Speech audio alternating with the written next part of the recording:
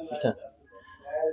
तो नमस्कार साथियों, इस समय हूँ आजमगढ़ में और आजमगढ़ की लोकसभा लालगंज में। यहाँ पहुंचे हैं समाजवादी पार्टी के राष्ट्रीय महासचिव और रणनीतिकार थिंक टैंक कहे जाने वाले प्रोफेसर साहब। सर, सबसे पहले तो आपका स्वागत है हमारे चैनल जय जवान जय किसान।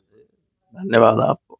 जी सर, आप यहाँ पहुंचे हुए हैं, किस तरीके का माहौल है, किस तरीके की तैयारियां चल रही माहौल तो सारे देश में बीजेपी के खिलाफ है, इंडिया गठबंधन के पक्ष में, यहाँ भी वही स्थिति। जी सर, बीजेपी दावा कर रही है कि इस बार हम 400 से पार सीटें जीतने वाले हैं। बीजेपी अब 160 के आसपास सिमट गई अभी, और हो सकता है अगले चरणों चुनाव हो और कम हो जाए। अभी 41 सीटों का लगभग चुनाव यहाँ बचा हुआ है, तो क्या मानना है आपका कि कितनी सीटें इस बार इंडिया गठबंधन यहाँ से जीतने वाला जनता का मूड सारी सीटें जिताने का है। ये हमारे नेताओं कार्यकर्ताओं पर निर्भर है, उसका लाभ कितना उठाते हैं। है? क्या मुद्दा है सर इस बार, क्या लग रहा है आपको कि वास्तविक धरातल पे कौन सा मुद्दा चला है? ऐसा है, जो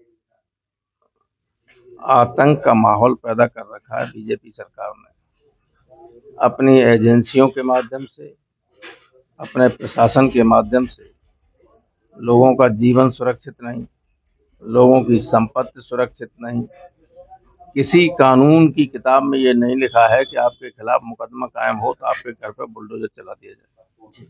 लोगों का जीवन न बाहर सुरक्षित है, न जेल में सुरक्षित है, और न पुलिस अभिरक्षा में सुरक्षित है, सारा देश जानता है। तो जीवन की स्वतंत्रता, दैहिक स्वतंत्रता, अभिव्यक्ति की स्वतंत्रता और स्वयं संविधान द्वारा प्रदत्त मौलिक अधिकार जब खतरे में पड़ जाएं, जब संविधान को नए सिरे से लिखे जाने की बात सत्ता दल खुलेआम और बेशर्मी के साथ करने लगे, तो इससे बड़ा मुद्दा तो कुछ हो ही नहीं सकता है, कोई हो नहीं सकता। आप जानते हैं कि संविधान में ये लिखा हुआ है, अनुच्छेद 21 में, कि किसी भी व्यक्ति के जीवन को बिना विधि सम्मत प्रक्रिया के लिया नहीं जा सकता है। लेकिन यहाँ रोज इनकाउंटर हो रहे हैं, कोई कानूनी प्रक्रिया का पालन होता है, फर्जी इनकाउंटर हो रहे, लोग मारा जा रहा है। सर, बहुत दिनों से मैं पूर्वांचल हूँ, जब से चौथे चरण का मतदान समाप्त हुआ, लोगों में ये एक चर्चा का माहौल है कि जो भारतीय जनता पार्टी ने कानून बनाया था कि 75 साल के बाद प्रधानमंत्री नहीं बनेगा, तो एक रूमर सा बन रहा है कि ऐसा ना हो आने वाले समय मोदी जी के नाम पे वोट लेके किसी और को प्रधानमंत्री बना दिया जाए। प्रधानमंत्री तो तब बना दिए जाए जब बहुमत के करीब हो। वो तो बहुमत के करीब भी नहीं, वो तो बात छोड़िए, वो तो आउट ऑफ कॉन्टेक्स्ट हो गई। कोई बीजेपी का आदमी प्रधानमंत्री नहीं बनने जा रहा है, क्योंकि बीजेपी 200 के पास भी नहीं पहुंच पा रही है, चाहिए 272। नामांकन के दिन मोदी जी ने प्रेस कॉन्फ्रेंस में कहा है कि हमने अपने कभी सार्वजनिक जीवन में हिंदू मुसलमान को बढ़ावा नहीं दिया, ये मुद्दा कभी नहीं चला। ये इस पृथ्वी पर इस सदी में बोला गया सबसे बड़ा झूठ है। क्या लग रहा है सर इस बार जो पीडीए का जो फॉर्मूला है वो कहाँ तक सफल हो पाएगा? देख नहीं रहे, शुरू से लेकर आखिर तक चल रहा है। एक सीट नहीं अभी तक जीत पा रही है बीजेपी, एक सीट। ये मैं ऐसे ही नहीं कह रहा हूँ, मैं देखा है जो वो कह रहा हूँ।